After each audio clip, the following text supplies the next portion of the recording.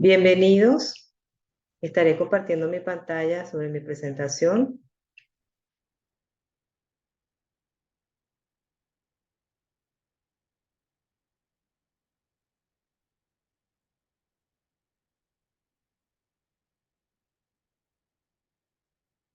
Mi nombre es Susana Delgado y estaré presentando el tema relacionado con la ética y la responsabilidad social, retos organizacionales, como parte de la asignatura Gerencia del Desarrollo Sustentable de la Universidad de Yacambú.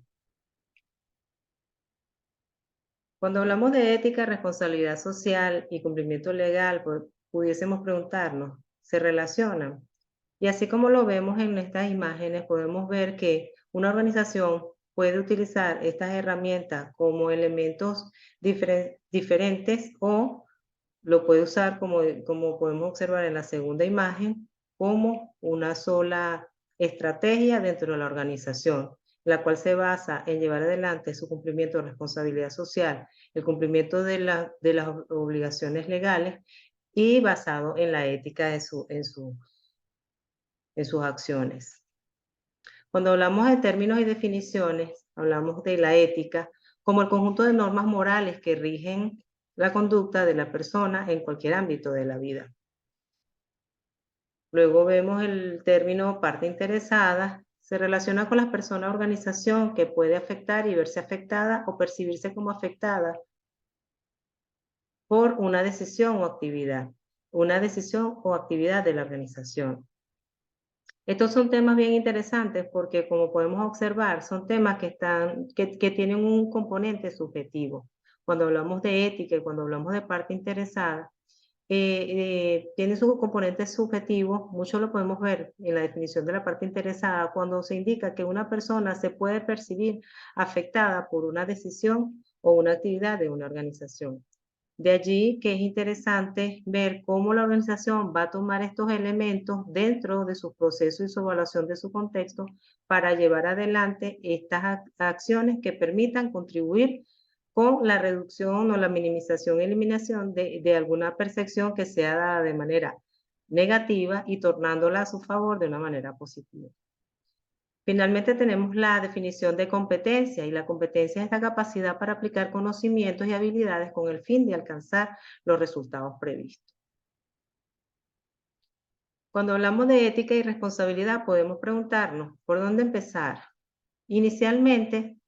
tenemos que la alta dirección o los altos niveles de una organización son quienes deben definir las estrategias y los elementos de sus políticas, sus procedimientos, sus lineamientos relacionados, cómo van a desarrollar y cómo va a ser comunicado todos los elementos relacionados con la ética y la responsabilidad social. Como segundo punto,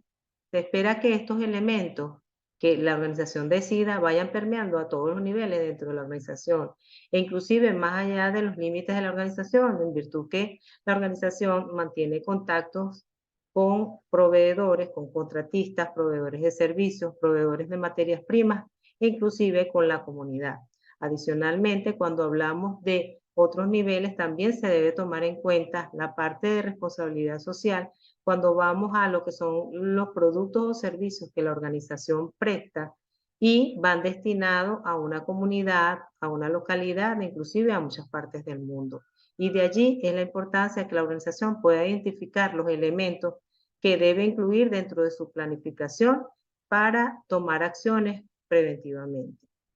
Como tercer punto, hablamos de la coherencia, en el qué y en el cómo son fundamentales, porque existen organizaciones que van a tener muchos elementos en procedimientos, en política, en información a terceras personas y a visitantes, pero debe existir una coherencia entre lo que está escrito y lo que eventualmente las personas que asistan a la organización o las personas que a su vez reciban el servicio o el producto que la organización genera, que este producto sea coherente con lo que son las políticas de la organización. Entonces, ya que esto permite formar en los usuarios finales y en el entorno una credibilidad positiva hacia lo que es la organización. Cuando hablamos de ética y responsabilidad, debemos tener unos puntos focales. Esos puntos focales pueden empezar en la misma sociedad, ya que en la sociedad la parte de la ética y la responsabilidad social nace desde el hogar con los ejemplos. Una vez que la organización ya tiene personas que van a postularse para cargos dentro de sus instalaciones, se tiene que las organizaciones, su primer filtro va hacia el personal que realiza el proceso de selección y captación, lo que se puede denominar como talento humano, gestión humana, recursos humanos, lo que haya designado la organización. Entonces allí, desde el proceso de captación y selección, los entrevistadores se deberían encargar de aplicar las técnicas e instrumentos apropiados de manera de determinar de qué manera las personas, además de las habilidades técnicas y las capacidades técnicas que puedan tener para el desarrollo de sus funciones, también desde el punto de vista de las habilidades blandas, ver cómo las personas o ya traen dentro de su forma de ser y su forma de actuar la ética y responsabilidad como valores particulares y primordiales, o puedan estas personas tener capacidades y flexibilidad para aprender y amoldarse a lo que son los lineamientos de la organización. Ya que si al contratar personas que se les dificulte alinearse con lineamientos establecidos dentro de la organización relacionados con la ética y la responsabilidad social, esto puede generar a futuro inconvenientes en temas de cumplimiento o temas de percepción o de reputación dentro de la organización. Es importante que exista un match, un enlace entre lo que es la cultura de la organización y los colaboradores. En la medida que estos temas de ética y responsabilidad social van haciéndose parte del trabajo del día a día y no son vistos como una tarea adicional, sino forman parte del propio trabajo, ya esto va haciendo que las labores relacionadas con los temas de cumplimiento se vayan siendo más fáciles y sean más fácilmente identificados, inclusive identificados en el momento que haya una desviación o haya un incumplimiento, se pudiesen tomar acciones inmediatamente. Cuando vamos a la norma ISO 14001 del año 2015, en su requisito 4.2, comprensión de las necesidades y expectativas de las partes interesadas, en el que se determina que la organización debe determinar en su punto B las necesidades y expectativas pertinentes, es decir, los requisitos de estas partes interesadas. ¿Cuáles de estas necesidades y expectativas se convierten en requisitos legales y otros requisitos? Entonces, de allí que es bien importante que esos elementos, esas necesidades y expectativas, tanto de los clientes, de los proveedores, de los organismos gubernamentales, de todo aquel que se considere una parte interesada, de los mismos trabajadores y de la misma organización, sean establecidos, sean identificados, establecidos y se puedan tomar las acciones correspondientes para que estos requisitos legales y otros requisitos que la organización decida cumplir o requiera cumplir como parte de su desempeño legal, pueda llevarlo adelante porque ya han sido identificados y se han establecido los planes previstos para ello. Cuando hablamos de evaluación de organizaciones, existen hoy día herramientas en las que las organizaciones se pudiesen fundamentar para ir evaluando sus procesos de cumplimiento en la parte ética. Por ejemplo, existe este tipo de herramientas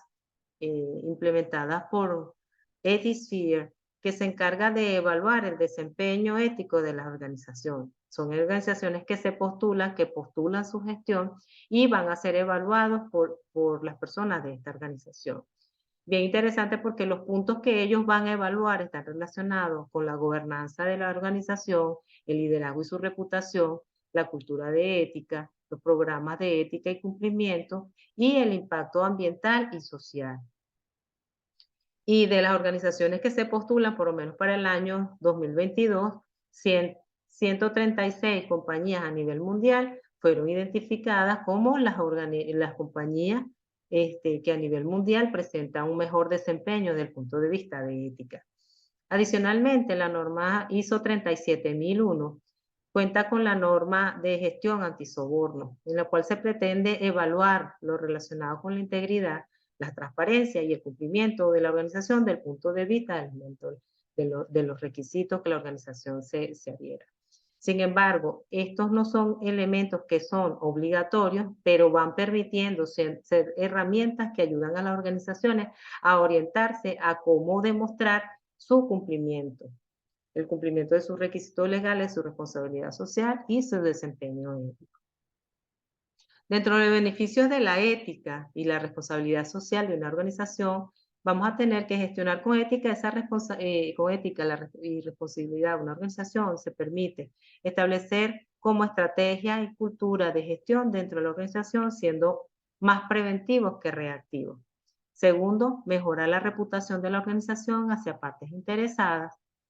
Tercero, mantiene la vigilancia y el cumplimiento legal, evitando multas y sanciones. Cuarto, mejora el desempeño de la organización y mejora su reputación.